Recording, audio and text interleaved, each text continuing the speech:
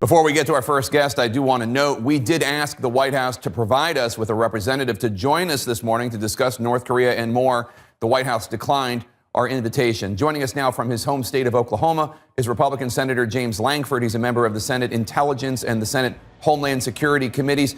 Senator, first of all, I know that you're at an event right now honoring the survivors and the victims of the Oklahoma City bombing. Tell us briefly, if you would, just about that event. Yeah, April 19th, 1995, we lost 168 Americans here at the federal building bombing. It was domestic violence, domestic terrorism that happened here. Every year since then, we have what we call the Memorial Marathon. It is what we call a run to remember. This year, there are 25,000 runners all coming to remember what hatred and what violence, when that spills over, what that really does to lives and families. There are literally runners from all 50 states that are here, 13 countries. So it's a very significant event. We're right in the middle of it right now. And our thoughts and our hugs are going out to the people of Oklahoma today. Let's turn to the news if we can, sir. The White House says that the accusations brought forward by the Senate Veterans Affairs Committee against Rear Admiral Jackson, they're not true. Republican Senator Johnny Isakson, who chairs the committee, says he has no problem with how Senator Jon Tester, the Democrat that's on the committee, how he released this information, but the president is on the attack. What do you make of this controversy? Yeah, this is a back and forth. Obviously, this is a part of the normal vetting process that the Senate does. The Senate takes every individual that's been nominated by the president, no matter who the president is, goes first through the committee process, makes the nomination decision that they choose to make on whether they're going to do what's called advice and consent from the Senate. This particular nominee never made it through actually the committee itself. The committee did its work and then never made a recommendation to the floor. And obviously, Dr. Jackson's now pulled his nomination entirely. So it doesn't sound like you have a problem with it either. President Trump is now out there on the campaign trail suggesting that he has dirt on Jon Tester. You say Jon Tester was just doing the normal advise and consent role of the Senate, doing vetting of this nominee that the White House, you didn't say this, but I'll say it, the White House apparently did not do. Is it inappropriate for President Trump to say, I have dirt on Senator Tester? Yeah, obviously the president can choose to say what he chooses to say on it. The pushing back and forth, this is part of the political world in D.C. But I would say I'm not on the committee of jurisdiction there. Obviously, the committee does its initial work. Then it comes to the full Senate, so I couldn't even tell you the rest of the details on this. I can tell you he served honorably for 3 different presidents. That does change the dynamic significantly when you've got somebody that served in the White House for 3 different presidents of 2 different parties to then go through this process. Another breaking story this weekend, Natalia Veselnitskaya, the Russian lawyer from that infamous Trump Tower meeting in June 2016, she told NBC News that she has closer ties to the Kremlin than originally disclosed. She now calls herself a, quote, informant for the Russian government. President Trump talked about this last night. Take a listen.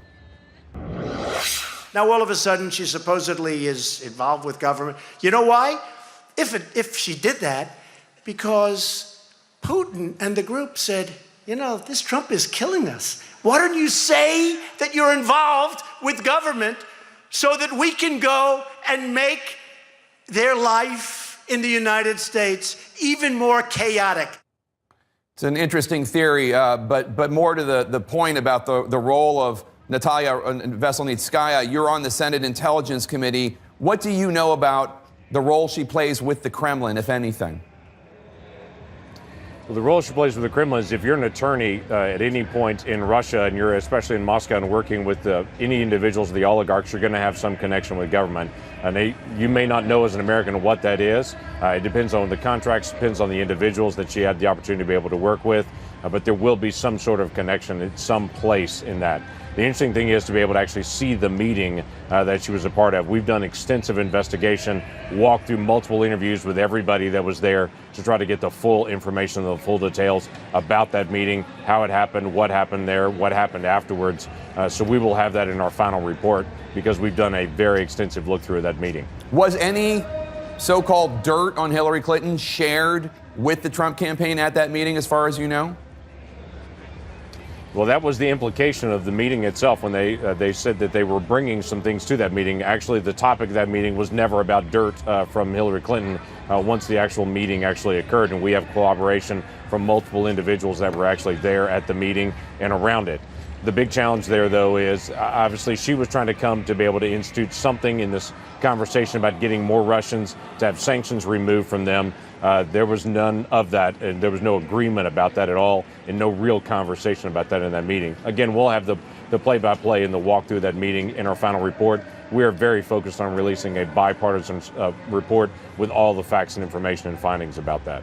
Senator, let's turn to the other major news this week. The summit announced between North and South Korean leaders, and the one that took place, President Trump said last night that he will meet with Kim Jong-un the next 3 or 4 weeks.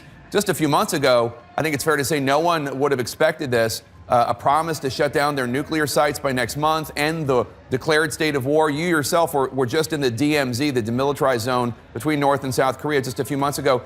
Do you give President Trump credit for this? Well, he's part of the journey, and there's no question on that. President Trump is put in a set of sanctions that has actually brought North Korea to the table on it. They've isolated diplomats around the world for North Korea. They've been kicked out of multiple countries where they've been for a very long time. They've been very isolated in their shipping. They've been very isolated in moving energy. We've had onboard ships where they were actually in the ocean trying to transition to other ships, their materials and supplies. They're shutting that down. So North Korea is more isolated than they have ever been with sanctions, with very aggressive sanctions. There's no reason for us to be able to doubt that President Trump and the leadership of the State Department has made a big effort for that. Clearly, South Korea and Japan have also made a big effort on that, and China has also stepped in a very big way. So this international effort is bringing North Korea actually to the table where they should be. President Trump called Kim Jong-un, quote, very honorable this week. As I don't need to tell you, Kim Jong-un has committed horrific human rights violations against his own people. He's executed top aides, ordered the murder of members of his own family. An international judge who survived Auschwitz says North Korean prison camps could be even worse than those. Would you ever use the word honorable to describe Kim Jong-un? I would never use the word honorable to describe Kim Jong-un. I think he's better to be able to just call him Rocket Man and to be able to stick with that than honorable, just because he is a ruthless dictator that does public executions of anyone who disagrees. The reason that everyone in North Korea agrees with him is because he kills anyone who disagrees with him. And he has literally starved his own people to be able to help the elite. So it's entirely appropriate that we try to resolve this, not just for North Korea, but for the people of North Korea that have to live under this kind of dictatorship. To kind of break this open would be a very significant international event. One final question, Senator. President Trump has said he's running for re-election in 2020. He held a campaign rally in Michigan last night. Will you back his re-election bid? I would, actually.